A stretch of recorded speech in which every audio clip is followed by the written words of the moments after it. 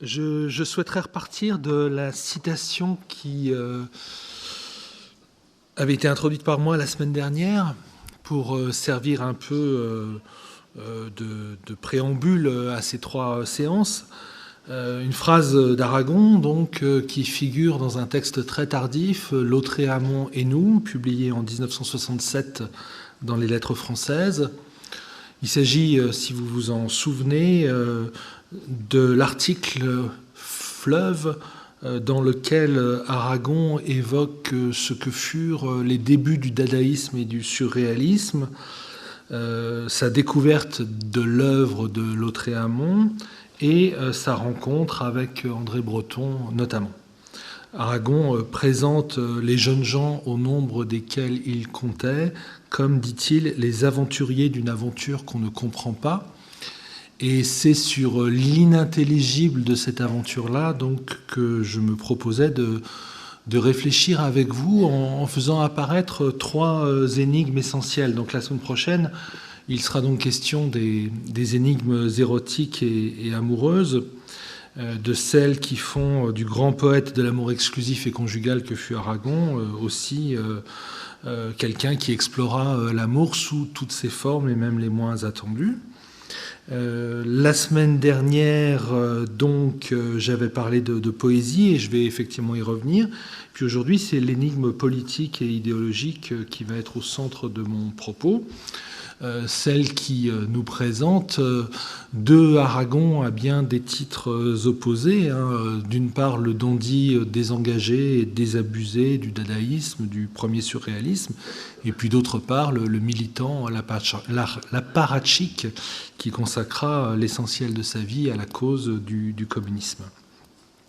J'avais été obligé de m'interrompre, faute de temps, la dernière fois, en évoquant comment ce refus de la poésie pure qui caractérise Aragon s'est exprimé notamment au moment de la Seconde Guerre mondiale avec le Crève-Cœur, avec le musée Grévin, avec la Diane française, lorsque Aragon voulut faire rentrer l'histoire dans ses vers et crut qu'à cette fin, donc il était important de réintroduire dans la poésie française tout ce à quoi elle avait cru pouvoir tourner le dos, superficiellement, disons, la versification traditionnelle, la rime, mais plus essentiellement une certaine forme d'inspiration lyrique et épique que le présent appelait.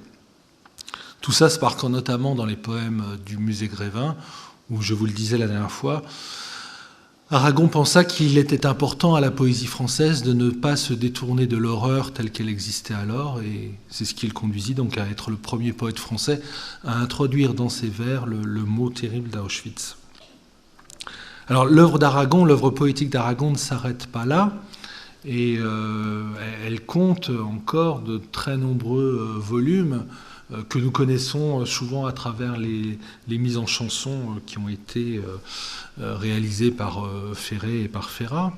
Il y a des volumes comme par exemple Les Poètes en 1960, ou bien plus tard encore, c'est le dernier recueil de poèmes publié par Aragon à la veille de sa mort, Les Adieux, qui est un livre peu connu mais tout à fait essentiel, et notamment pour son annexe, et qui comprend toute une série de poèmes consacrés par Aragon à l'une des grandes passions de sa vie, que fut la peinture. Ce sont des poèmes notamment dédiés à Chagall, à Picasso, à Masson ou encore à Max Ernst, ou Chagall, Klee, etc.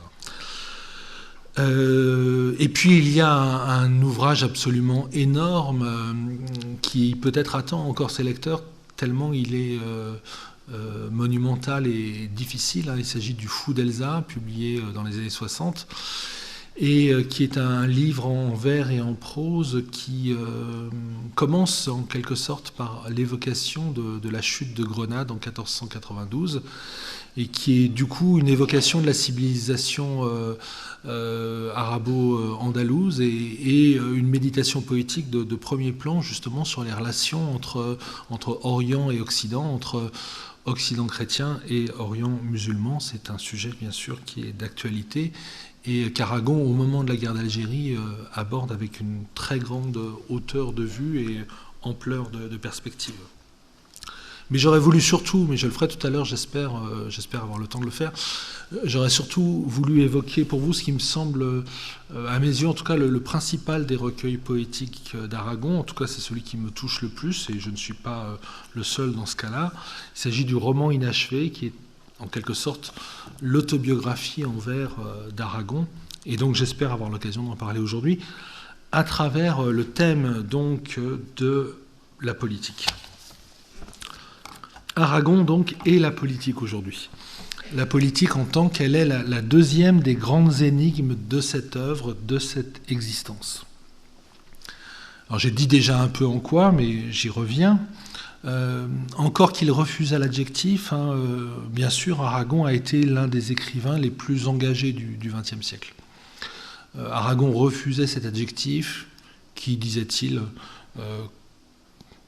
concernait davantage les domestiques que les poètes ou les romanciers. Bon, il le refusait aussi parce qu'il avait été l'adjectif mis en avant par celui qui fut l'un de ses grands rivaux au XXe siècle, à savoir Jean-Paul Sartre. Mais si Aragon refusait le mot, il ne refusait absolument pas la chose. Il revendiquait au contraire d'être ce qu'on peut appeler, donc, après lui, un auteur engagé au service d'une cause.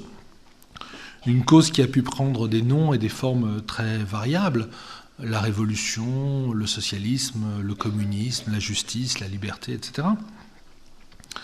Mais plus qu'un écrivain engagé au service d'une cause, Aragon a voulu, et c'est ce qui le distingue de beaucoup d'autres, et notamment de Sartre, que je nommais il y a un instant, Aragon a voulu être aussi un écrivain engagé au service d'un parti, le Parti communiste français, enfin qu'on appelait à l'époque, je veux dire, à l'époque où Aragon y a adhéré, la section française de l'Internationale communiste, un parti communiste français qui lui-même, de 1927, c'est-à-dire l'année d'adhésion d'Aragon, à sa mort en 1982, a beaucoup changé. 1927, à l'époque, on est 7 ans après le congrès de Tours, donc après l'historique scission consécutive à la révolution bolchevique entre socialistes et communistes français, 7 ans après le congrès de Tours, et après des déconvenues électorales assez sévères, le Parti communiste français, enfin donc ce qu'on appellera plus tard le Parti communiste français,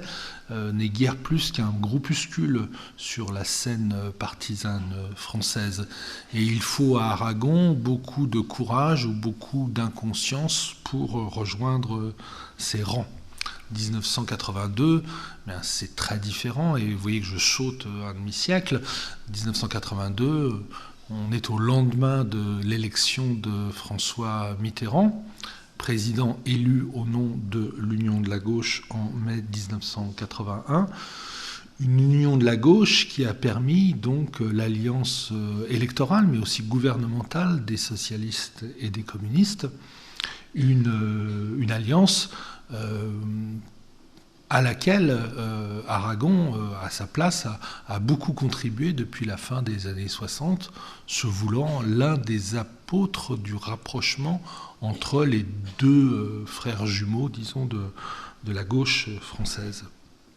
Donc Aragon, écrivain engagé au service d'une cause, écrivain engagé au service d'un parti, écrivain engagé comme écrivain, mais aussi à bien d'autres titres, comme soldat, j'en parlerai tout à l'heure, et comme soldat, comme combattant, enfin le mot combattant est à mettre entre guillemets, puisque Aragon, en tant que médecin, je le dirais, n'a jamais vraiment porté les armes, et il a vu de très près l'horreur de la Première et de la Deuxième Guerre mondiale.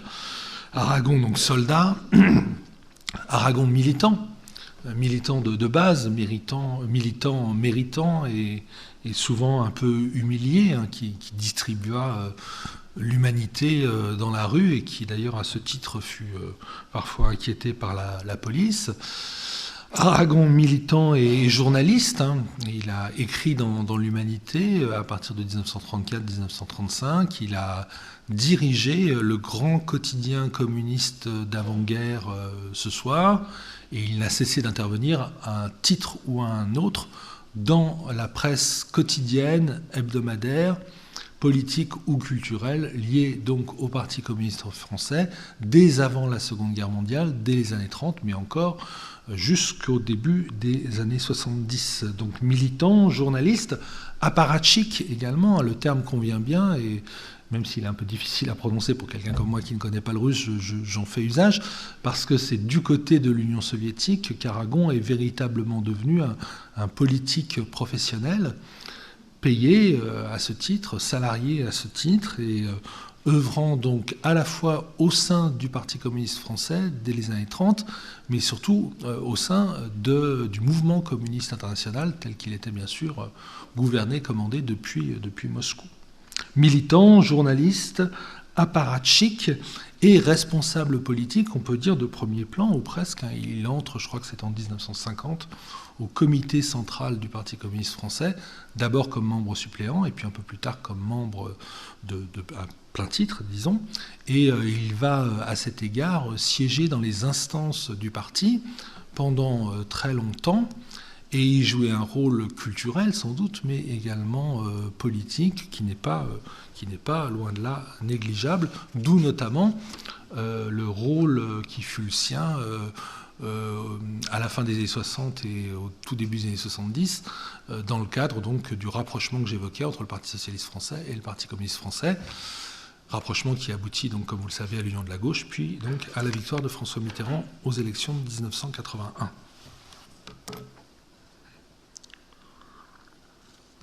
Ça fait beaucoup, et donc je doute de pouvoir en parler dans le détail dans le temps dont je dispose aujourd'hui, mais je voudrais essayer, en allant le plus vite possible et en étant le plus clair possible, de bien montrer en quels termes se présente à nous la question du Aragon politique.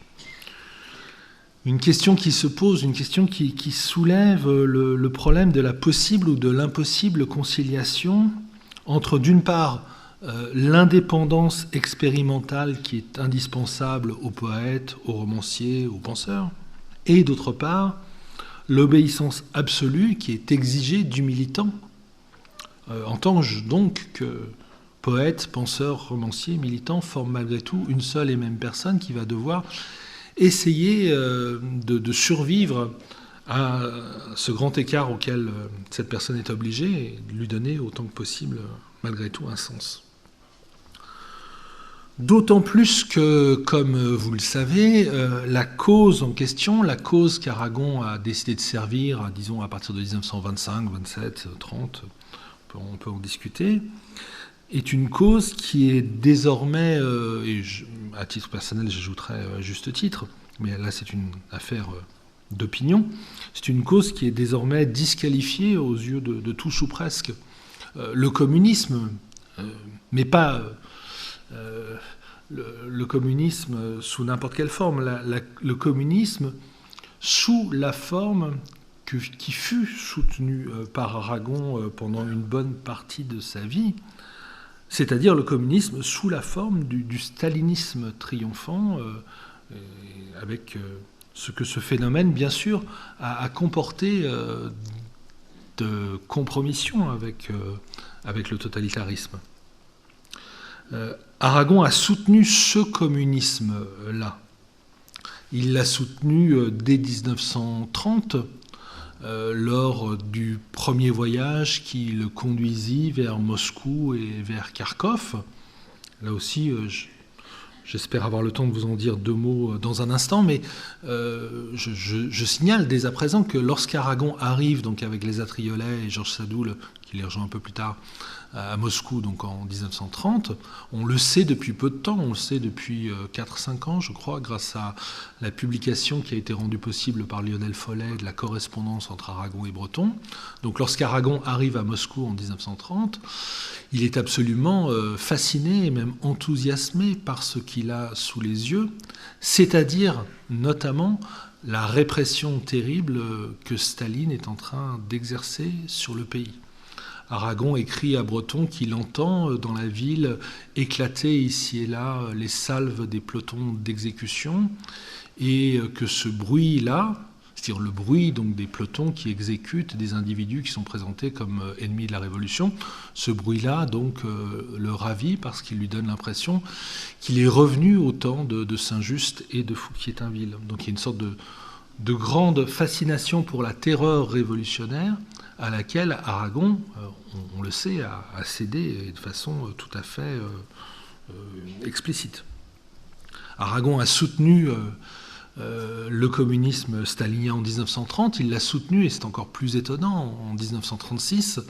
Aragon était en Union soviétique au moment où se sont déclenchées les grandes purges qui ont conduit à ce qu'on appelle les procès de Moscou.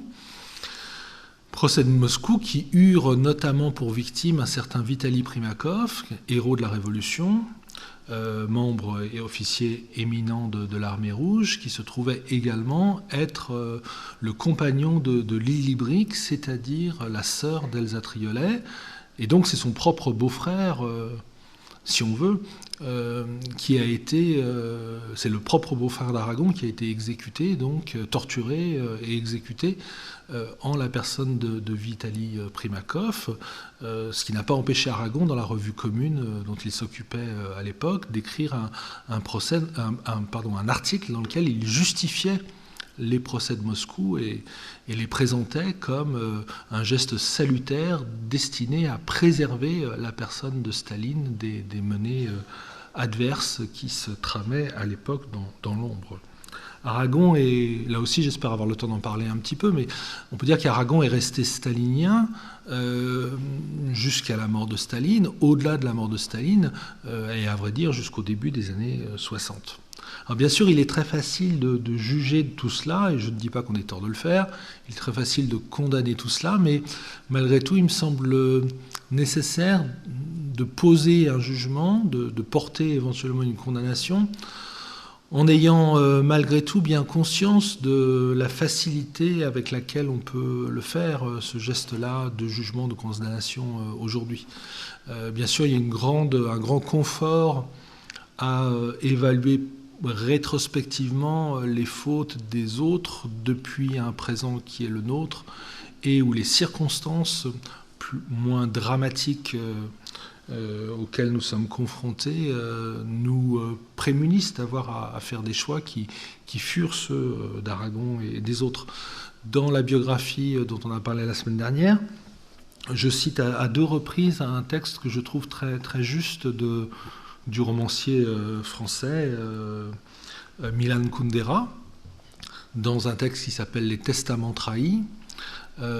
Kundera réfléchit, justement, Kundera qui doit beaucoup d'ailleurs à Aragon, et là aussi j'aurai peut-être le temps d'en parler tout à l'heure, Kundera réfléchit justement sur ce procès posthume et permanent que le présent intente aux écrivains, aux artistes d'hier pour leur faire reproche des engagements qu'ils prirent et de l'aveuglement dont ils firent preuve devant l'horreur du XXe siècle. Aragon, Kundera le cite, mais aussi Mayakovsky, mais aussi de l'autre côté Céline ou Heidegger à des titres très différents.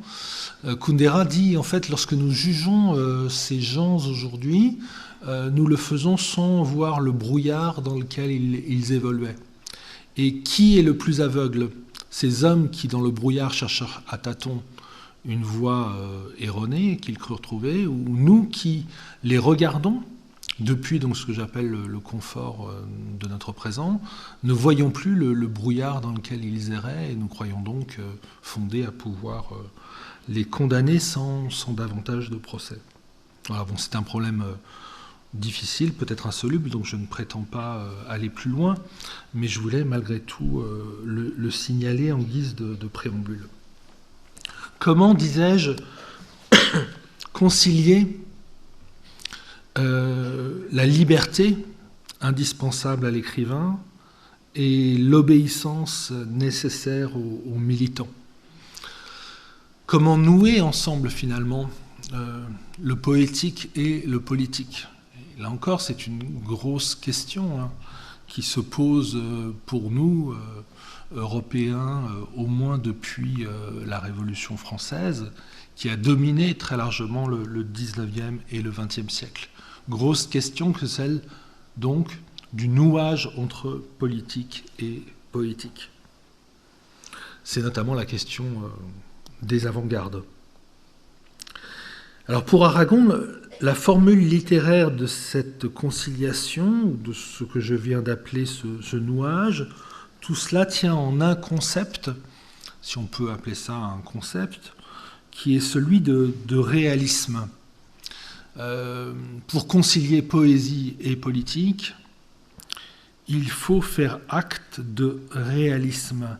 Et plus encore, plus précisément, dit Aragon dans les années 30, de ce réalisme particulier qu'on a baptisé, donc, entre les deux guerres, le réalisme socialiste. Du réalisme, Aragon se fera le défenseur tout au long de sa vie. Je ne vais pas m'engager non plus sur la voie de cette explication parce que ça m'écarterait de mon sujet, mais on peut tout à fait, et sans trop de mal, j'avais d'ailleurs fait un pas dans cette direction la dernière fois, entreprendre de démontrer que le dadaïsme, le surréalisme, tel que les conçut Aragon avant sa conversion au communisme, étaient déjà, à leur manière, des formes de réalisme. Et jusqu'au bout, donc, Aragon restera tourné vers cette idée de réalisme qu'il ne répudiera jamais tout à fait, même s'il va proposer donc de ce réalisme des définitions tout au long de sa vie qui sont très différentes les unes des autres. Disons qu'Aragon ne va cesser de remanier ce concept de réalisme, et c'est ce qui explique dans une large mesure les métamorphoses successives et nombreuses que j'avais essayé de cerner la dernière fois côté poésie, métamorphoses qui ont produit des œuvres, des esthétiques opposées chez Aragon. Je voudrais dire un mot de ce réalisme parce que c'est lui qui, me semble-t-il, nous permet de rentrer dans la question politique, parce qu'après tout, c'est en tant qu'écrivain qu'Aragon a été aussi un homme politique, et c'est par ses œuvres d'abord qu'il a fait œuvre d'homme politique.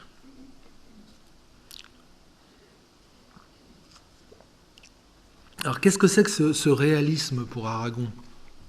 C'est d'abord le vieux réalisme de Balzac, de Stendhal, de Zola. Les textes qu'Aragon signe, notamment dans les années 30, et encore dans les années 50, sont tout à fait caractéristiques à cet égard. Il y a de la part d'Aragon une volonté de se réapproprier cet héritage proprement romanesque et proprement français, donc qui illustre les noms que je viens de citer, et particulièrement Balzac, Stendhal ou Zola. C'est dans cette filiation-là que le Aragon romancier politique s'inscrit. Avec un autre versant, dont j'ai dit un mot la semaine dernière, qui est le versant poétique, et qui illustre cette fois des noms différents, qui sont les noms de Hugo, de Rimbaud, de Lautréamont. Mettre ensemble Hugo et Rimbaud, Hugo et Lautréamont ne va pas forcément de soi, mais c'est ces gestes-là qu'Aragon accomplit notamment dans les années 30, en montrant comment la poésie française a été porteuse, donc notamment au moment de la Commune, à l'année terrible dont parle Hugo, qui fascine Rimbaud, qui est contemporaine des textes de Lautréamont. C'est cette France de la Commune et de la Révolution, finalement, qu'il s'agit de redonner à voir et de redonner à lire à travers les œuvres littéraires qu'Aragon signe donc au XXe siècle. C'est un réalisme donc à la française, si on peut dire, un réalisme romanesque et poétique, mais c'est aussi un réalisme dont Aragon souligne bien dans tous ses textes ce qu'il doit à l'inspiration proprement marxiste. Il y a une citation de Marx et Engels qui est très connue, enfin qu'il était à l'époque où on les lisait encore, mais je pense qu'il fait malgré tout sens même pour des personnes aujourd'hui. C'est ce qu'on appelle la 11e thèse sur Feuerbach. Jusqu'à présent, les philosophes n'ont fait qu'interpréter le monde, il s'agit désormais de le transformer. Eh bien, le réalisme littéraire s'inscrit également dans cette perspective dessinée par Marx. Ne plus interpréter le monde, ne plus se contenter de le raconter, mais travailler aussi à le transformer, en rendant la littérature solidaire de l'action politique qui peut être conduite au présent. Il y a tout à fait chez Aragon, qui bien sûr a lu à partir d'un certain moment très sérieusement Marx, Lénine et tous les autres, il y a chez Aragon matière à une interprétation explicitement et fortement marxiste de sa conception de la littérature. Mais ce réalisme-là, c'est aussi un réalisme qui, bien que fondé sur Marx ou fondé du côté de Marx, grand admirateur de Balzac comme vous le savez, c'est aussi un réalisme qui est revisité par Staline, notamment au début des années 30. Staline décrit, ou plutôt définit, l'écrivain comme un ingénieur des âmes, dire quelqu'un qui doit se mobiliser au service de la même cause pour laquelle travaillent les ouvriers, les prolétaires, les militants. Là aussi, vous connaissez la fameuse formule de Lénine qui définit le communisme comme les soviets plus l'électricité. Eh bien, dans le cadre des projets terribles et prométhéens, dans une certaine mesure, que Staline initie en Union soviétique, essentiellement à partir du début des années 30, il y a l'idée que l'écrivain doit être réaliste pour faire servir la littérature donc à la cause du progrès économique, politique et social. Il y a quelqu'un dont Aragon a été très proche, qui s'appelle Maxime Gorky, qui a une histoire compliquée, qui a été vu comme un écrivain révolutionnaire, mais qui s'est tenu par méfiance un peu à l'écart du pouvoir bolchevique, et puis qui finalement a accepté de revenir en Union soviétique, de faire allégeance à Staline, ce qui peut-être ne lui a pas porté bonheur, puisque certains historiens imaginent que c'est sur ordre de Staline qu'il fut peut-être exécuté. Aragon et Elsa Triolet étaient très proches de Gorky. Il se trouvait devant la porte de chez Gorky le jour où la mort de Gorky a été annoncée, peu de temps avant donc qu'on attribue cette mort à un complot d'agents trotskistes. Et Gorky, donc, à la fin des années 20, au début des années 30, aide à la conception donc de cette idée du réalisme socialiste qui, pour dire la vérité, ne se distingue plus trop, à mon sens en tout cas, de la littérature de pure propagande qu'appelait de ses voeux Staline. Donc quand on parle de réalisme chez Aragon, on doit parler de tout cela à la fois, et vous voyez que c'est très contradictoire. Le vieux réalisme romanesque et poétique français, celui que nous connaissons, celui dont nous sommes en tant que lecteurs ou auteurs les héritiers, tout ça revisité à la lumière de Marx, mais d'un Marx lui-même corrigé par Staline dans la perspective du projet totalitaire qui était celui de l'Union soviétique à partir donc des années 20, des années 30. Tout cela a présidé chez Aragon notamment à l'entreprise dans laquelle il s'est engagé donc, à partir de 1933-34 et qui a conduit à l'écriture des romans du cycle du monde réel. C'est comme ça qu'Aragon l'appelait, le cycle du monde réel. Ce sont des livres que vous connaissez peut-être. Ça commence avec les cloches de Bâle. Il y a ensuite les Beaux Quartiers, puis les Voyageurs de l'Impériale, Aurélien, et tout ça se termine donc après la Seconde Guerre mondiale avec un grand cycle qu'Aragon a laissé inachevé, qui évoque les débuts de la Seconde Guerre mondiale et qui s'intitule Les communistes.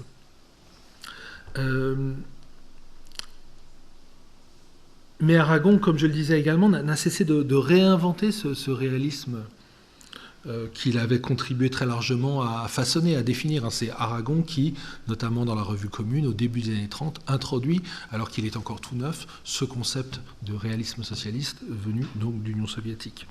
Le réalisme d'Aragon, il se réinvente toujours, et il se réinvente jusqu'à la fin sur un mode qui est un mode proprement expérimental. Je doute d'avoir le temps d'en parler devant vous, mais Aragon a été très attentif à partir des années 60, du début des années 60, ou même de la fin des années 50 aux avant-gardes qui se développaient dans le champ de la littérature française, notamment le nouveau roman avec des auteurs comme Michel Butor ou Claude Simon, mais également ce qui se passait du côté de la revue Telle Quelle avec un auteur comme Philippe Solers. Et d'une manière plus générale, il a été attentif à tout ce qu'on a appelé alors le structuralisme. Aragon est même allé jusqu'à dire que le surréalisme était une forme de structuralisme, ou plutôt que le structuralisme n'était finalement l'un des avatars possibles du surréalisme, à l'invention duquel il avait donc contribué dès les années 20. Ce qui explique le caractère tout à fait novateur des derniers livres d'Aragon, notamment La mise à mort, Blanche ou l'oubli, Théâtre roman. C'est donc encore du réalisme.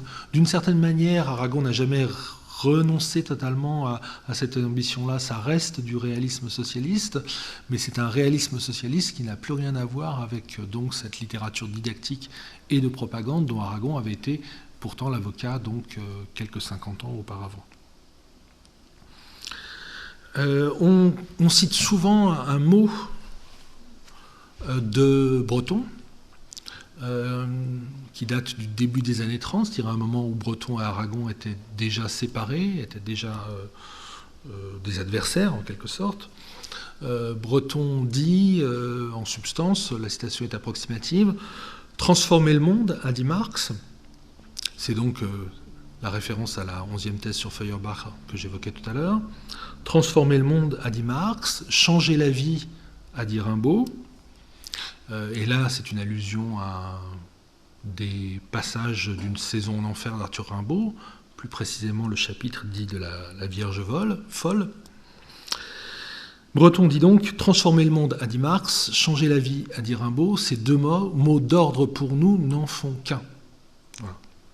Et c'est une formule qui est célèbre parce qu'elle dit bien ce nouage entre le poétique et le politique auquel je faisais allusion tout à l'heure. Mais ce qu'on dit plus rarement, en tout cas du côté des turiféraires de Breton et des héritiers du surréalisme, c'est que cette position-là, c'était exactement la position qu'Aragon défendait à la même période.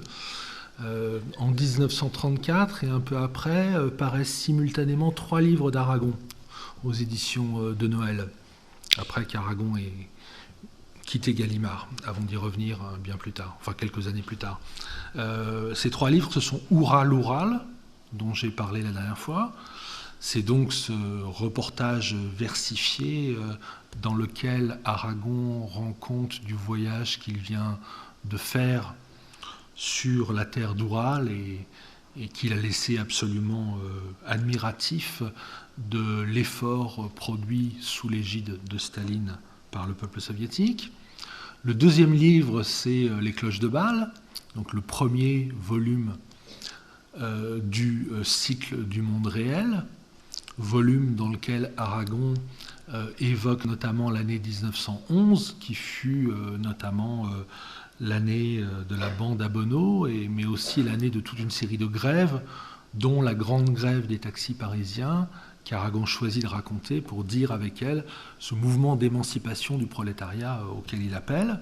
Donc Oural, Les cloches de Bâle, mais aussi un livre qui est aujourd'hui totalement oublié, parce qu'il n'a jamais été réédité depuis 1934, si c'est bien 1934 la date. En tout cas, on est au milieu des années 30. C'est un petit livre qui s'appelle « Pour un réalisme socialiste », qui est tout à fait étonnant, parce que vous y trouvez des textes absolument sidérants, dans lesquels Aragon fait l'éloge de Staline, en des termes extravagants, hein, parce que Aragon n'hésite pas à dire que le progrès rendu possible par Staline est un progrès équivalent à celui qui permit le passage du pithécanthrope au premier homme.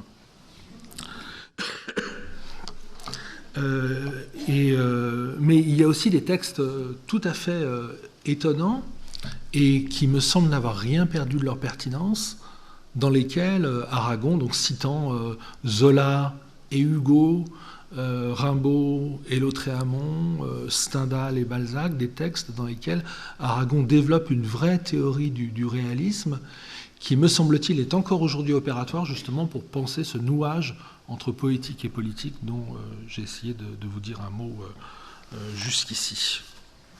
Alors, il me reste peu de temps déjà, peu de temps en tout cas par rapport au temps dont je devrais disposer si je voulais vraiment rentrer dans le détail de la question qui nous occupe aujourd'hui. Mais comme je l'avais fait la dernière fois pour Aragon poète, je voudrais maintenant passer en revue avec vous un certain nombre des visages successifs du Aragon politique. Et je vous prie de m'en excuser, mais il ne pourra s'agir que d'un survol, d'une présentation fragmentaire, tant la matière est lourde et importante. Pour aller à l'essentiel, il me semble important de commencer par dire qu'on ne peut rien comprendre à l'engagement politique d'Aragon si on ne commence pas par dire à quel point fut pour lui et pour les jeunes gens de sa génération déterminante l'épreuve de la guerre. Je parle donc de la guerre de 14-18, de la Première Guerre mondiale, et je rappelle donc qu'Aragon, en tant que médecin auxiliaire, s'est trouvé mobilisé à la toute fin du conflit, en juin 1918. Contrairement à ce qu'on s'imagine rétrospectivement lorsqu'on a une connaissance superficielle des faits militaires de la Première Guerre mondiale, la guerre avait beau être sur le point de se finir en juin 1918, personne ne s'en doutait et les combats redoublaient de violence, l'affrontement était tout à fait indécis, les forces allemandes étaient revenues comme au temps des fameux taxis de la Marne à quelques dizaines de kilomètres de Paris. Aragon se trouve donc mobilisé et il est convaincu de ne pas revenir du conflit où on l'envoie. C'est une épreuve tout à fait décisive, comme vous le savez. C'est l'épreuve de ce qu'on appela par la suite, l'expression figure dans Paris est une fête de Hemingway. Elle surgit au hasard d'une conversation entre Hemingway et Gertrude Stein. C'est donc l'époque de ce qu'on a appelé la génération perdue. Ce terme désignant donc tous ces jeunes gens qui ont vu s'écrouler toutes les valeurs et toutes les certitudes sur lesquelles la civilisation occidentale était jusque-là fondée. C'est le cas d'Aragon, et on ne comprend rien au nihilisme de Dada et au nihilisme du premier surréalisme si on ne réfère pas ce nihilisme à cet écroulement dont parle aussi, par exemple, Paul Valéry dans ce fameux texte de 1919, La crise de l'esprit, où figure cette phrase non moins célèbre « Nous autres civilisations, nous savons désormais que nous sommes mortels ». Bon, j'essaie d'aller vite, mais il y a quelque chose que je voudrais malgré tout pointer du doigt, une anecdote que je ne résiste pas à vous raconter. Donc on est à quelques semaines de l'armistice, et Aragon vient d'échapper à la mort. Il a été au cours de la même journée, en août 1918, enseveli à 3 reprises sous les décombres consécutifs au bombardement dont son unité avait été l'objet, la cible. Tout cela, je vais vous lire un petit peu de poésie malgré tout, tout cela, Aragon le raconte dès son premier recueil de poèmes, Feu de joie, qui paraît au début des années 20, mais il le raconte dans la langue hermétique de ce cubisme poétique dont je vous ai parlé un petit peu la semaine dernière. C'est un poème qui s'appelle Secousse et que je vous lis donc. Non pas que je le considère comme très intéressant comme poème, mais ce qui m'intéresse, c'est le contraste qui existe entre ce poème de 1918 et les poèmes du roman inachevé, qui eux datent de 1956, et qui, bien qu'ils évoquent le même événement, le font dans des langues totalement opposées. Donc d'abord le poème de Feu de joie, Secousse. Brouf, ça commence comme ça. Brouf, en lettres capitales. Fuite à jamais de l'amertume. Les prés magnifiques volants peints de frais tournent, chants qui chancellent, le poing mort, ma tête teinte étant de crécelle, mon cœur est en morceaux, le paysage en miettes. Hop, l'univers verse, qui chavire, l'autre ou moi, l'autre et moi, la naissance à cette solitude. Je donne un nom meilleur aux merveilles du jour, j'invente à nouveau le vent tapejou, le vent tapageur, le monde à bas je le bâtis plus beau, 7 soleils de couleur griffent la campagne, au bout de mes cils tremble un prisme de larmes, désormais goutte d'eau. On lit au poteau du chemin vicinal, route interdite aux terrassiers. Et si ce poème ne portait pas la date de sa composition, août 1918, on aurait un peu de mal à lire en lui donc le récit qu'Aragon fait de la mort à laquelle il vient tout juste d'échapper.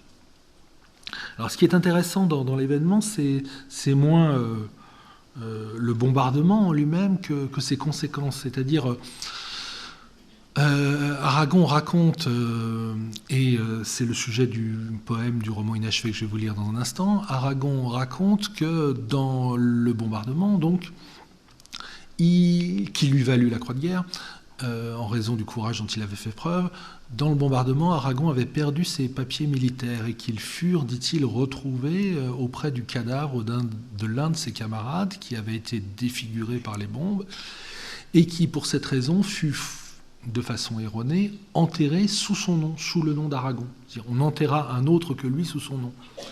Et dans le roman inachevé, donc, Aragon rapporte comment, repassant sur le chemin de bataille quelques semaines plus tard, parce que les lignes n'arrêtaient pas de bouger dans un sens ou dans l'autre, donc Aragon raconte comment, donc, repassant sur le théâtre des opérations, apercevant un cimetière qui venait juste d'être creusé pour y enterrer les victimes de l'armée française, il eut bien sûr à sa grande stupéfaction le choc de découvrir son propre nom sur une tombe où un autre que lui avait été enterré en lieu et place de lui. Et donc c'est un passage très, très célèbre et très beau du roman inachevé que je voudrais vous lire, parce que même si je dois faire vite, il me semble important de commencer par là. Or, nous repassions sur la Vèle, après 6 semaines, 2 mois, à 800 mètres de Couvrel. Qui sont ces défunts que l'on voit, fosses fraîches et croix nouvelles, arrêter un peu le convoi? Celui-ci, je me le rappelle, il jouait quand le ciel tonna, pour nous, dans le poste aux chandelles, un petit air d'ocarina. La mort qui vint à tire d'aile, entre ses doigts, le termina. Cet autre, un enfant triste et frêle, s'agenouillait au bord des eaux quand son âme a joué la belle, comme de sa cage un oiseau et le tampon du colonel l'a ramassé dans les roseaux. Mais l'inscription, que dit-elle? Je lis et je ne comprends plus. C'est pourtant mon nom que j'épelle. J'ai-il mal vu, j'ai-il mal lu, si c'est ma demeure mortelle qui dort au pied de ce talus? Le cœur muet, les yeux au ciel, depuis 6 semaines, 2 mois, dans la terre au bord de la Vèle, à l'ombre d'une croix de bois, à 800 mètres de Couvrel, quel est celui qu'on prend pour moi?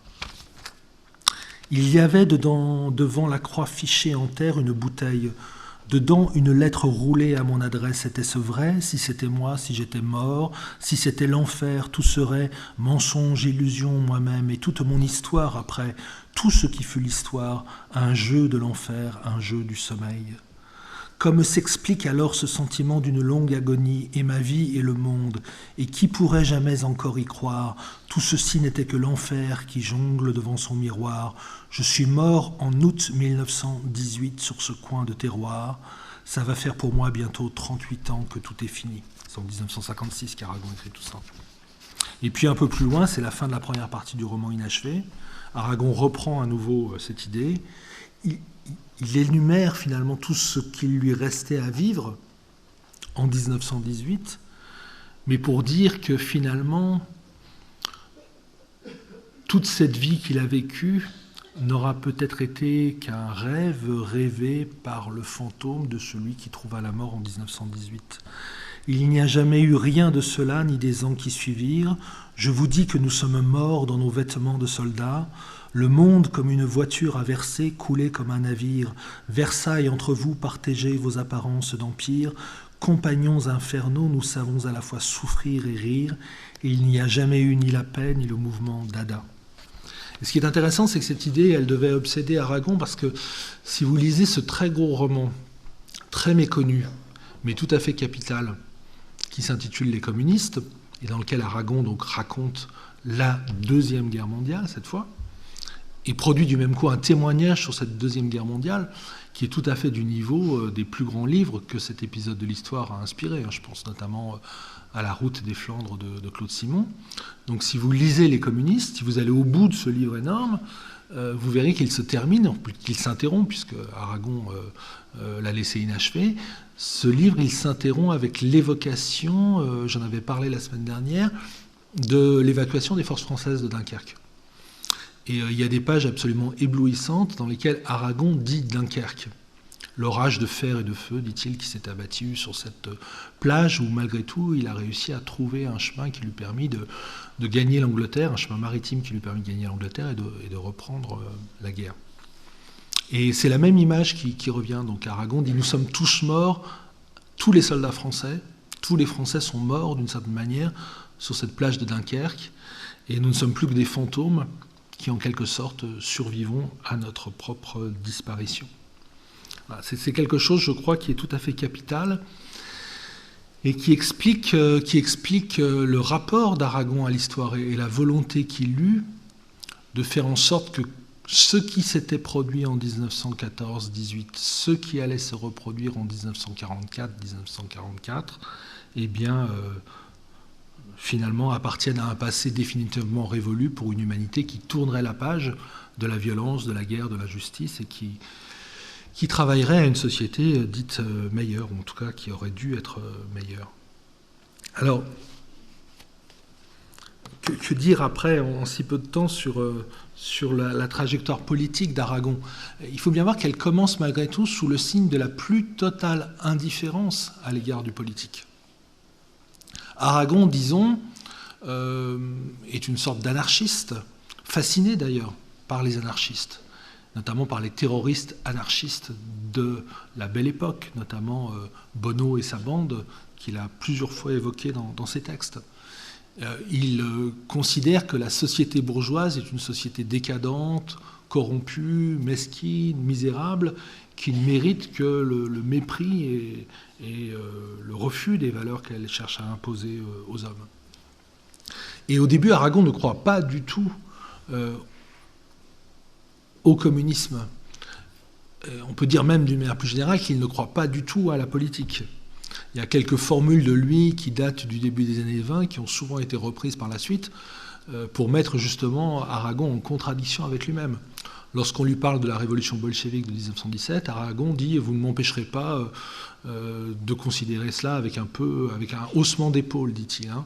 Ça n'est pas plus important, dit-il, qu'une vague crise ministérielle, un changement de gouvernement et de président du Conseil. » Lorsque les surréalistes, à l'instigation de Pierre Drieux-La Rochelle, signent un pamphlet dirigé contre le grand écrivain bourgeois Anatole France, qui vient donc juste de disparaître, Aragon signe un texte très violent contre Anatole France, et il renvoie dos à dos Maurras et Moscou.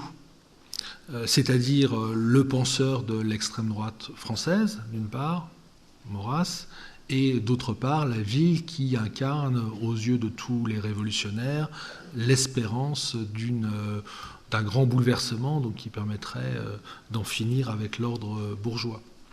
Aragon va même jusqu'à parler de Moscou la gâteuse.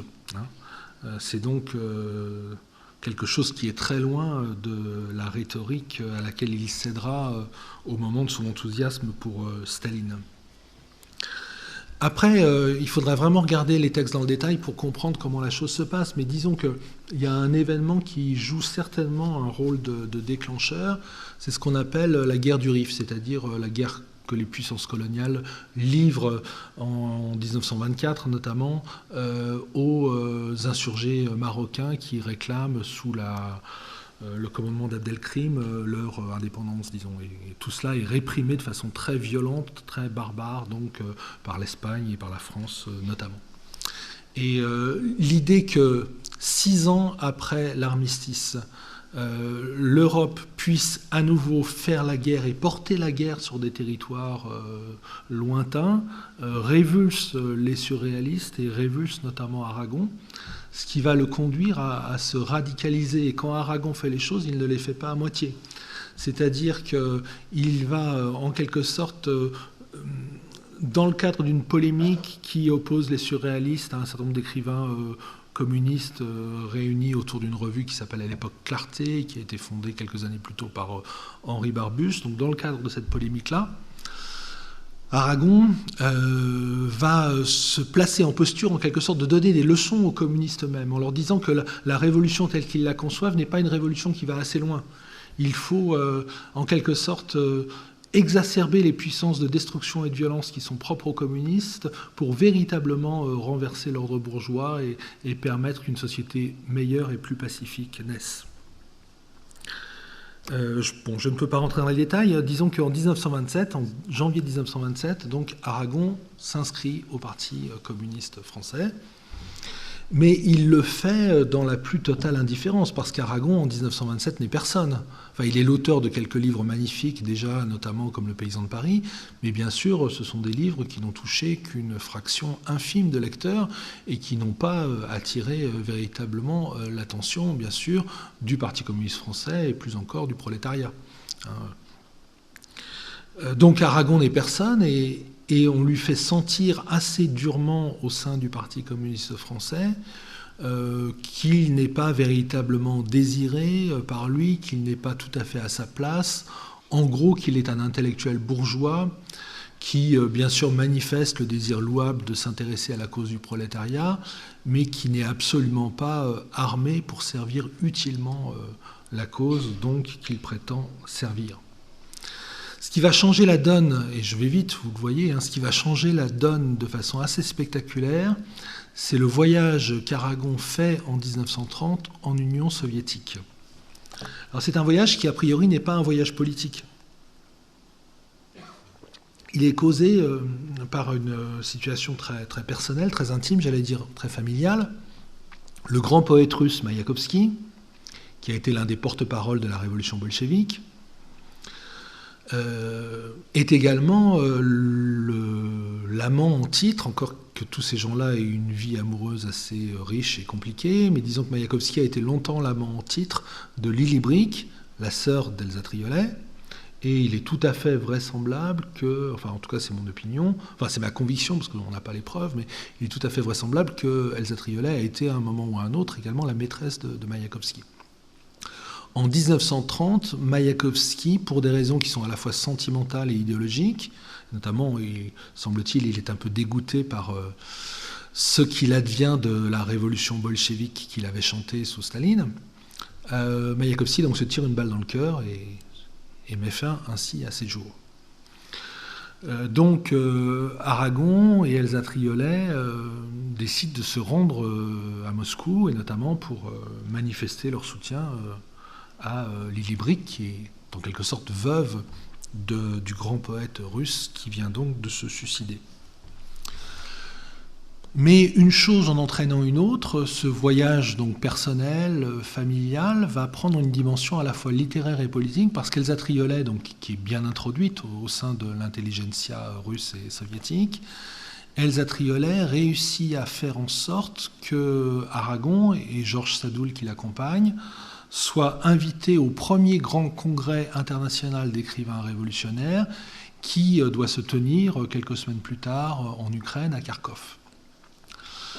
Aragon donc assiste à ce congrès, il y participe, il donne un certain nombre de textes et de conférences qui, semble-t-il, impressionnent les auditeurs. Alors l'histoire est particulièrement complexe, il y a des très gros livres qui ont été écrits pour essayer de comprendre ce qui s'était passé à Kharkov. Disons que dans une certaine mesure, Aragon se fait manipuler par les écrivains soviétiques et peut-être même par la police soviétique, on n'en sait rien. Mais en même temps, il a l'impression que le jeu qu'il joue est un jeu qui peut être utile et qui, à la cause des surréalistes, il appartient toujours au groupement surréaliste à ce moment-là, mais également à la cause de la Révolution. C'est-à-dire, Aragon voit bien que s'il est prêt à céder sur un certain nombre de questions, notamment la question du freudisme et la question du trotskisme, bien sûr Trotsky est le grand adversaire de Staline dès cette époque, et Freud est considéré comme un penseur bourgeois et décadent, donc Aragon comprend que s'il est prêt à céder sur ces deux références essentielles au surréalisme, que sont Freud et Trotsky, en contrepartie, il obtiendra la reconnaissance du surréalisme par les écrivains soviétiques comme principale force politique, littéraire et révolutionnaire du pays. Alors, à tort ou à raison, Aragon accepte le marché qu'on lui met entre les mains, Il répudie donc un certain nombre des thèses qui sont constitutives du surréalisme tel que Breton l'a défini, et en échange, donc, il se trouve en quelque sorte adopté par le mouvement communiste international qui va l'imposer auprès du Parti communiste français. C'est le moment de la conversion. Aragon va passer plusieurs mois en Union soviétique. Disons que pendant toutes les années 30, il ne cesse de faire des voyages entre Paris et Moscou. Et il est bien sûr totalement convaincu, en tout cas il le dit, il l'écrit, par ce qu'il a sous les yeux et qui lui paraît la preuve du développement positif et prométhéen du pays que Staline gouverne. Aragon a parlé à cet égard du vertige soviétique. Il a cédé à ce vertige. Notamment les textes dans lesquels il témoigne de son premier voyage de 1930 sont tout à fait étonnants. Aragon est pour qu'on exécute les ennemis de la Révolution, les saboteurs. Il se pâme littéralement devant les prouesses du prolétariat russe qui lui semble porter entre ses mains les promesses d'une jeunesse pour le monde tout entier. Conversion donc à la cause soviétique et aveuglement aussi, donc, puisque, je vous l'ai dit, là aussi c'est une question très, très compliquée, mais Aragon est à Moscou en 1936 au moment des arrestations qui vont conduire aux purges et au procès de Moscou. Et donc ce qu'il voit non pas de loin, mais ce qu'il voit dans son entourage, je vous rappelle que c'est son beau-frère qui est arrêté, ce qu'il voit, il choisit de fermer les yeux dessus, préférant en quelque sorte la foi qu'il s'est forgée aux faits qui visiblement démentissent déjà cette foi. Alors quelque chose va faire diversion, si j'ose dire, parce que c'est un événement majeur de l'histoire du XXe siècle, c'est l'arrivée au pouvoir de Hitler en Allemagne en 1933, qui va conduire Staline à réviser sa politique et à inviter socialistes et communistes, et même la gauche d'une manière plus large, à s'unir pour former un front antifasciste. Tout ça se trouvant encore aggravé par un autre événement qui va jouer un rôle essentiel aux yeux d'Aragon, c'est la guerre civile en Espagne. Les puissances démocratiques ont désormais le sentiment d'être prises en tenaille entre les nations fascistes que sont donc l'Allemagne, l'Italie et l'Espagne. Et Aragon va très sérieusement s'engager au service de la cause des républicains espagnols. Il va se rendre en Espagne au moment des combats les plus violents et servir d'intermédiaire donc entre les communistes, le mouvement communiste international et les républicains espagnols. Et donc je parlais de diversion parce que l'urgence qui se manifeste désormais, résister à Hitler, résister à Mussolini, résister à Franco, fait que Aragon peut choisir d'oublier un petit peu ce qu'il a vu en Union soviétique sur la base d'un raisonnement qui est assez simple, même s'il est sans doute faux. C'est-à-dire qu'il faut soutenir Staline parce que Staline, dit Aragon, est le seul véritablement à pouvoir s'opposer à la menace fasciste qui pèse désormais sur l'Europe. C'est le même raisonnement d'ailleurs qui conduira Aragon à l'été 1939 à soutenir le pacte germano-soviétique, ce qui nous semble bien sûr aberrant et qui d'ailleurs l'est, mais qui se défend dans l'esprit d'Aragon parce que ce pacte germano-soviétique, donc passé entre Hitler et Staline, permet finalement, dans l'esprit d'Aragon et dans l'esprit des communistes français, de garantir la paix et donc d'empêcher le passage à l'acte, si on peut dire, d'Hitler. Alors bien sûr, cette union antifasciste à laquelle Aragon travaille très sérieusement, et là pas du tout en tant qu'écrivain, mais en tant que militant, en tant qu'organisateur. Vous connaissez toute cette histoire, le mouvement Amsterdam Pleyel, Barbus, Gide, Malraux, j'oublie son nom mais il est très connu, Romain Rolland, voilà, tous ces gens-là sont sont partie prenante au sein d'un mouvement antifasciste dont on peut dire qu'Aragon est l'un des principaux organisateurs, avec bien sûr le soutien de son parti, et qui va, tous les historiens le disent, constituer l'un des préalables précieux et indispensables à la Constitution et à la victoire du Front populaire en 1936 aux élections. Et bien sûr, donc, cette union antifasciste, après l'épisode très trouble et très controversé du pacte germano-soviétique, cette union antifasciste, c'est elle qui renaît au moment de la Seconde Guerre mondiale et qui va donc conduire Aragon, dans le cadre de la résistance, à être non seulement un poète de la résistance, mais également un des organisateurs de la résistance intellectuelle en France, dans la zone sud.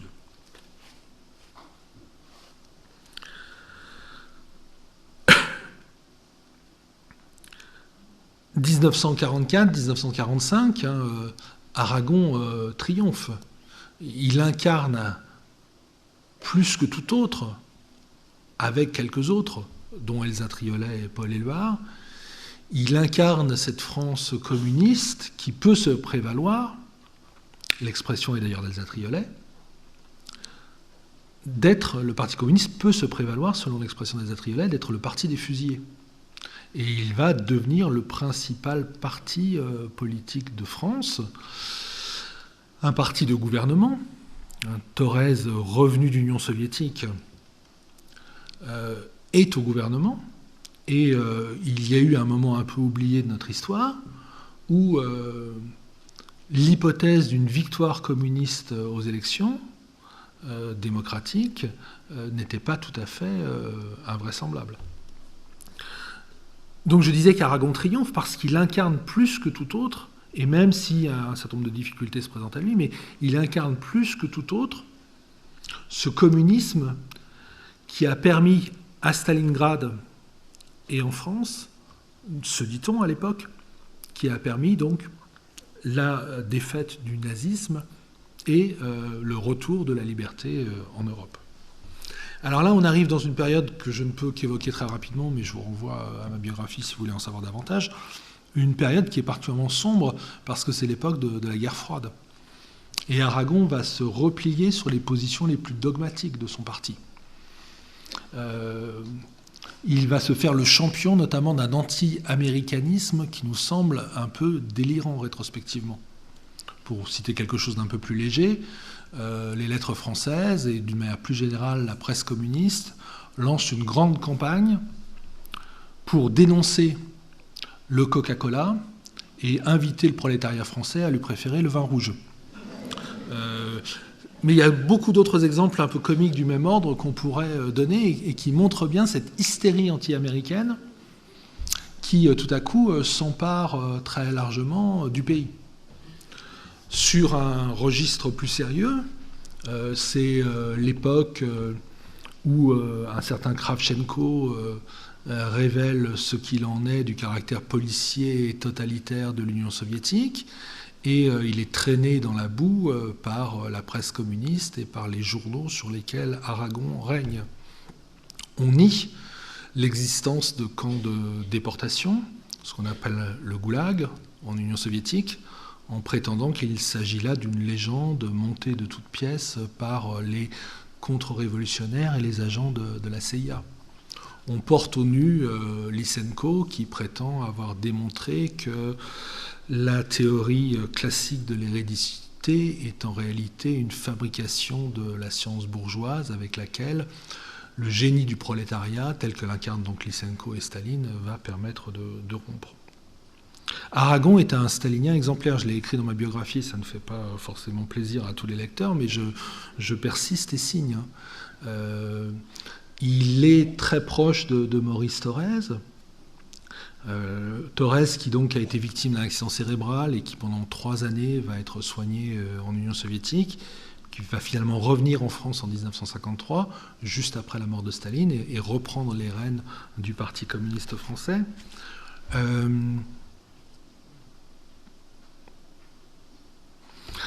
Évoquons, je suis obligé de presser le pas, évoquons juste le moment de la mort de Staline, 1953. Aragon publie dans son journal les lettres françaises, enfin le journal qui vient juste de lui être confié par le parti. Il évoque donc bien sûr la mort du petit père des peuples, il lui rend hommage, et il lui rend hommage notamment en publiant en une un portrait de Staline par Picasso qui va déclencher la colère du Parti communiste français, en tout cas de ceux qui le gouvernent à l'époque, et la colère également de beaucoup de militants qui se retrouvent un peu instrumentalisés dans l'histoire. Là encore, c'est un épisode tout à fait passionnant, instructif et qui mérite un peu d'être déplié et démonté. Mais ce qui m'intéresse, c'est que au début de l'année, en 1953, Aragon était avec Elsa à Moscou, et c'est l'époque de ce qu'on appelle le complot des blouses blanches. C'est-à-dire, dans l'entourage de Staline, on accuse les médecins juifs de préparer l'assassinat de Staline et d'une manière plus générale de préparer toute une vague d'assassinats dans le pays. À tel point que très sérieusement, l'antisémitisme d'État se déchaîne en Russie et qu'on craint des déportations, des pogroms. Un certain nombre de gens perdront la vie, bien sûr, dans cette histoire-là. Or, Aragon et Elsa Triolet sont particulièrement sensibles à cette question, puisque Elsa est juive, elle a eu à subir la répression antisémite sous le régime tsariste, et elle voit bien comment l'antisémitisme est en train de renaître sous Staline, et de la menacer, sinon elle directement, puisqu'elle a la nationalité française, du moins sa sœur Lily Brick, qui est restée à Moscou. Lorsque Aragon et Elsa Triolet reviennent, donc début 1953, de leur voyage en Russie, ils sont accueillis à l'aéroport du Bourget par un de leurs camarades et amis qui s'appelle Pierre Dex, qui a raconté la scène. Et Elsa Triolet lui confie les communistes sont désormais comme des nazis. Voilà. Donc Aragon et Elsa savaient ce qu'il en était du régime stalinien. Pourtant, lorsque vous lisez les lettres françaises, en 1953, vous y trouvez, de façon très prévisible, un éloge absolument dithyrambique de Staline par Aragon, qui compare le chagrin qu'il a eu de la mort de Staline au chagrin que lui a fait quelques années plus tôt la mort de sa propre mère. Et il faudra très longtemps pour que Aragon accepte de prendre acte de la réalité du système stalinien qu'il a si scrupuleusement servi pendant plusieurs décennies. En fait, il faudra attendre vraiment le début des années 60 pour que les premiers signes d'un esprit critique exercé par Aragon à l'égard du communisme se manifestent. Mais il faut bien voir que cet esprit critique, il était lui-même rendu possible par l'évolution de l'Union soviétique et l'évolution du Parti communiste français. 1956, c'est la révélation du rapport attribué à Khrouchtchev, comme on disait à l'époque, c'est-à-dire la révélation donc des crimes de Staline. Tout ça conduisant donc sous l'égide de Khrouchtchev à la mise en place d'un mouvement présenté comme un mouvement de dégel, de libéralisation. Il faut savoir à cet égard que le premier journal à avoir invité les Français à lire Solzhenitsyn, à l'époque c'était une journée d'Ivan Denisovitch, qui, comme vous le savez, est le premier témoignage littéraire sur l'existence du goulag. Le premier journal à avoir donc invité les Français à lire une journée d'Ivan Denisovitch de Solzhenitsyn, ce sont les Lettres françaises, avec un grand article d'Elsa Triolet. Mais parce que le Parti communiste français, à l'époque lui-même, sur ordre de Khrouchtchev et de Moscou, est en train de favoriser une telle révision. Une révision qui donc suppose la mise à jour des crimes passés pour asseoir le pouvoir des nouveaux dirigeants, qu'il s'agisse de Khrouchtchev à Moscou, ou qu'il s'agisse de Waldeck-Rochet, qui succédera en France à Maurice Thorez. À partir de là, et je m'arrête là parce que je vois que l'heure tourne, Aragon va devenir l'un des principaux partisans de la déstalinisation du Parti communiste français, de sa libéralisation sur le terrain culturel, mais aussi sur le terrain politique. Sur les terrains culturels, c'est donc l'époque où le Parti communiste français se tourne vers les jeunes artistes, romanciers, cinéastes, peintres, pour essayer de les convaincre que le Parti communiste français est leur meilleur interlocuteur, leur interlocuteur idéal. C'est donc l'époque, par exemple, où Aragon fait l'éloge de Claude Simon, de Philippe Solers ou de Jean-Luc Godard. Mais cette libéralisation dont Aragon se fait également l'apôtre, elle concerne également le domaine politique, et notamment le domaine, je dirais, géopolitique. En 1968, un double printemps a lieu, le printemps de Paris, ce qu'on appelle les événements de mai 68, et le printemps de Prague, la libéralisation du régime tchécoslovaque, libéralisation qui, comme vous le savez, va être écrasée par les forces du pacte de Varsovie qui envahissent le pays. Ces deux événements-là, Prague et Paris, sont des événements qui divisent le Parti communiste français lui-même. Et Aragon, lui, par deux fois, est du côté de ceux qui parlent juste. Ça ne lui est pas toujours arrivé, donc il faut lui rendre hommage quand c'est le cas. Aragon parle en faveur de la révolte étudiante. Il va courageusement s'adresser aux étudiants près de la Sorbonne. Il a d'ailleurs du mal à se faire entendre d'eux parce qu'il est hué au titre de poète stalinien. Mais Aragon est là avec son journal donc pour dire que malgré la condamnation dont ils font l'objet de la part de Georges Marchais et du Parti communiste français, ce sont les étudiants qui ont raison de se dresser contre l'ordre gaulliste. Et puis, et c'est plus important, Aragon est aussi du nombre de ceux qui vont, au sein du Parti communiste français, dénoncer l'intervention des forces du pacte de Varsovie. Il y a un texte très célèbre d'Aragon, qui est en fait la préface qu'il a donnée au premier roman de Milan Kundera, traduit en français, qui s'appelle La plaisanterie, qui est un roman, dans une certaine mesure, critique du régime communiste, tel qu'il existait donc à Prague à l'époque. Et dans cette préface tout à fait forte et tonitruante, Aragon condamne donc la répression soviétique et en appelle à une libéralisation, disons, des pays dits de l'Est. Et c'est à cette position-là qu'il restera fidèle tout au long de sa vie, disons, pendant les quelques années qui lui restent à vivre. Et ça va contribuer d'ailleurs très largement à le marginaliser au sein de son propre parti, dans la mesure où les positions libérales qu'il adopte le mettent en pointe par rapport à la position beaucoup plus prudente, pour ne pas dire conservatrice, de la direction du Parti communiste, qui à l'époque est entre les mains de Georges Marchais. Je termine plus ou moins, puisqu'il y aurait beaucoup d'autres choses qui auraient demandé à être dites. Je termine avec une expression d'Aragon. Quand on lui demandait de s'expliquer sur sa position, Aragon a dit « Je suis quelqu'un qui a toujours désespérément cru ». Et je crois que cette formule-là, elle est très forte.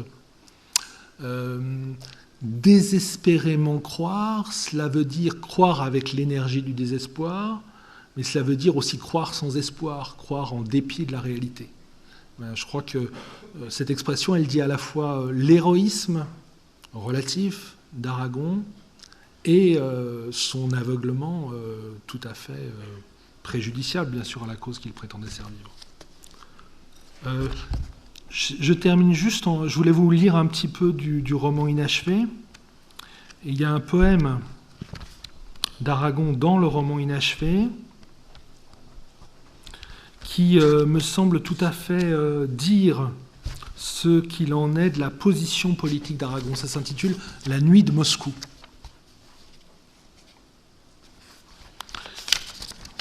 Je lis juste les dernières strophes dans lesquelles Aragon fait en quelque sorte le point sur ce credo politique qui le poussa donc à croire désespérément. Il parle au nom de tous ceux qui ont cru comme lui en la Révolution. On sourira de nous pour le meilleur de l'âme, on sourira de nous d'avoir aimé la flamme, au point d'en devenir nous-mêmes l'aliment. Et comme il est facile après coup de conclure contre la main brûlée en voyant sa blessure. On sourira de nous pour notre dévouement. Quoi, je me suis trompé 100 000 fois de route, vous chantez les vertus négatives du doute, vous vantez les chemins que la prudence suit. Eh bien, j'ai donc perdu ma vie et mes chaussures. Je suis dans le fossé, je compte mes blessures. Je n'arriverai pas jusqu'au bout de la nuit. Qu'importe si la nuit à la fin se déchire, et si l'aube en surgit qui la verra blanchir. Au plus noir du malheur, j'entends le coq chanter. Je porte la victoire au cœur de mon désastre. Auriez-vous crevé les yeux de tous les astres? Je porte le soleil dans mon obscurité. Et ce qui est très fort, je trouve, c'est cette image du coq qui chante. Parce que bien sûr, elle est porteuse de significations très contradictoires. C'est le coq qui annonce malgré tout, comme chez Rostand dans Chanteclair, le lever d'un nouveau soleil. Le coq s'imaginant lui-même faire lever le soleil parce qu'il le chante. Mais bien sûr, c'est aussi le coq qui chante aux oreilles de Saint-Pierre et qui lui indique la trahison dont il s'est rendu coupable. Voilà, je m'arrête là.